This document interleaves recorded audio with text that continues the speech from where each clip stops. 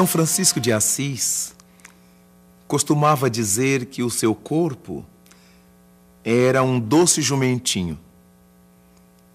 E explicava que aquele jumentinho o levava para toda parte, obediente, tranquilo, exigindo-lhe muito pouco, com muito poucas necessidades.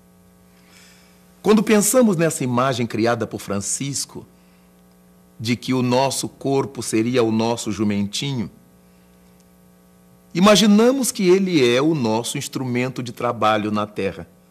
É graças ao nosso corpo que nós, seres espirituais, estagiamos no caminho da evolução. Do mesmo modo que para nos deslocarmos no mundo comum, precisamos de veículos que nos levem daqui para ali, para virmos do mundo dos espíritos para a Terra, nós todos precisamos desse instrumento corporal, desse veículo ao qual chamamos corpo físico. Parece, no entanto, que pouca gente dá importância ao corpo físico como deveria dar. Trata-o com certo desmazelo, com certa indiferença, com certos descuidos. Mas o corpo físico é, de fato, essa oficina notável de bênçãos, esse jumentinho maravilhoso que nos leva para todo lugar, mas ele tem necessidades próprias. Ainda que São Francisco tivesse um corpo que expressasse menos essas necessidades, pela disciplina que lhe era imposta por seu dono, nós todos carregamos em nossos corpos necessidades formidáveis. Mas é importante notar quanto que esse corpo nos serve. Quando estamos no mundo dos espíritos, sem ele, nós enxergamos pelo nosso todo. Nós sentimos pelo nosso todo. Ouvimos pela nossa integralidade. Mas Deus é tão misericordioso que quando chegamos à Terra na bênção do renascimento, esse canal de audição está localizado através dos nossos ouvidos. Imaginemos a gente nascido num corpo físico e ouvindo pelo corpo inteiro e enxergando pelo corpo inteiro. Para os fofoqueiros seria maravilhoso. Para os intrigantes seria notável, mas perturbar-nos-ia profundamente. Enxergar pelo corpo inteiro, ouvir pelo corpo inteiro. Então temos os canais estabelecidos. Ouvimos somente pelos ouvidos. E esses canais têm ligações cerebrais. Enxergamos somente pelos olhos. E os nossos olhos têm ligações cerebrais. Percebemos o olfato apenas pelas narinas. Mas esse olfato tem raízes na nossa cerebração. Falamos pela boca e sentimos o tato pelo corpo inteiro. A única coisa que fica espalhada pelo corpo inteiro, porque o nosso corpo inteiro precisará perceber o ambiente onde estamos, porque caminharemos, sentaremos, deitaremos, comeremos, tocaremos objetos, sentiremos o clima, então precisamos ter nessas células sensíveis o apercebimento de todo o nosso redor, de todo o mundo que nos cerca, de todo o environment. É por causa disto que o nosso corpo físico representa uma bênção para nós. E ele ainda tem um elemento formidável a nos enriquecer de bênçãos. É que quando nós estamos no mundo dos espíritos, antes de virmos para a Terra, carregamos as marcas fundas dos nossos conflitos, dos nossos medos. Carregamos as estruturas dos nossos remorsos, dos complexos de culpa. E o corpo físico, quando mergulhamos nele, serve como um abafador. É como um abajur que quebra a intensidade da luminosidade. E nós ficamos abafados em nosso corpo físico relativamente a todas as potencialidades que temos. Mas também nos esquecemos de todos os tormentos que nos acicatavam. Caso contrário, seria impossível para nós caminharmos pela terra e darmos conta dos compromissos que nos cabem dar. É por isso que verificamos na bênção do nosso corpo físico essa excelente oportunidade que a divindade nos concede de estarmos aqui resguardados, aprumados, com o nosso corpinho, com o nosso doce jumentinho.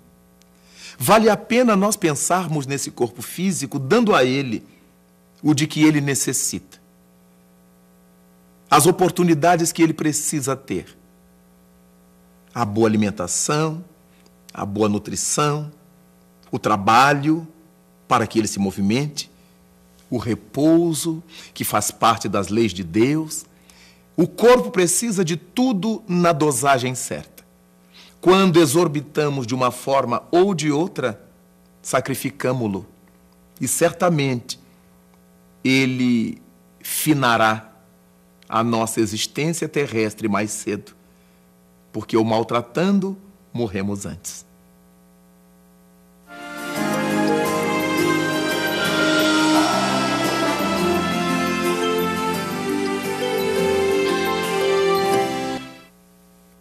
Para que não morramos antes do tempo, vale a pena tratar bem esse corpo que Deus nos deu. Não importa que ele seja gordo, magro, alto, baixo, lesionado, com problemas, é o melhor que Deus tinha para nos dar. É a riqueza que nós carregamos no mundo e que temos que valorizar. Ah, uns são orelhudos, outros têm nariz grande, nenhum problema. Tudo está dentro do que a gente precisa para viver bem na terra, para estar bem no mundo. Quando nós compreendemos o processamento do corpo, não nos importa o exterior, importa a grandeza que ele representa para nós. Imaginemos o nosso cérebro, essa cabine notável onde o grande comandante, que é o espírito, realiza a sua administração corporal. É no cérebro que estão ligados todos os implementos do nosso corpo. É ali que está a cabine de comando. Uma espetada na ponta do dedão do pé, a uma puxada de cabelo, tudo repercute no centro neurológico das sensações. Percebemos um mosquito que caminha sobre nossa pele, uma pulga que salta em nós, um inseto qualquer. Registramos a água fria, a água quente, o clima frio, o clima quente. Registramos tudo graças ao nosso tato e todas essas informações vão para o cérebro. As imagens chegam aos nossos olhos, invertidas, e o cérebro trabalha para que eu veja tudo no devido lugar. A audição, o martelo, a bigorna, depois da vibração do tímpano,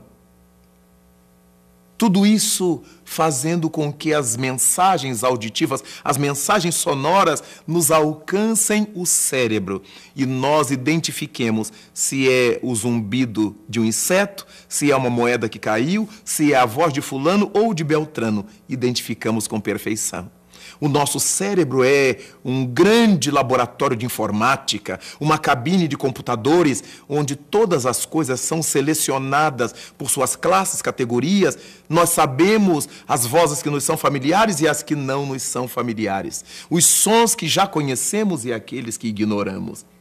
Mas quando partimos para o coração, meu Deus, uma bombinha de nada, quase uma mão de homem fechada,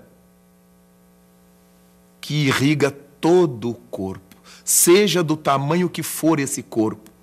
Essa bomba projeta com a sua força o sangue que é oxigenado pelos pulmões para todo o corpo. As artérias, as veias, os vasos Em todas as regiões do nosso corpo físico, lá está o sangue, levando vida, levando nutrientes, levando progresso. Como os rios que cortam um território geográfico. O nosso coração, que tão poucas vezes nele pensamos, se move graças a impulsos da eletricidade. Sim, é verdade.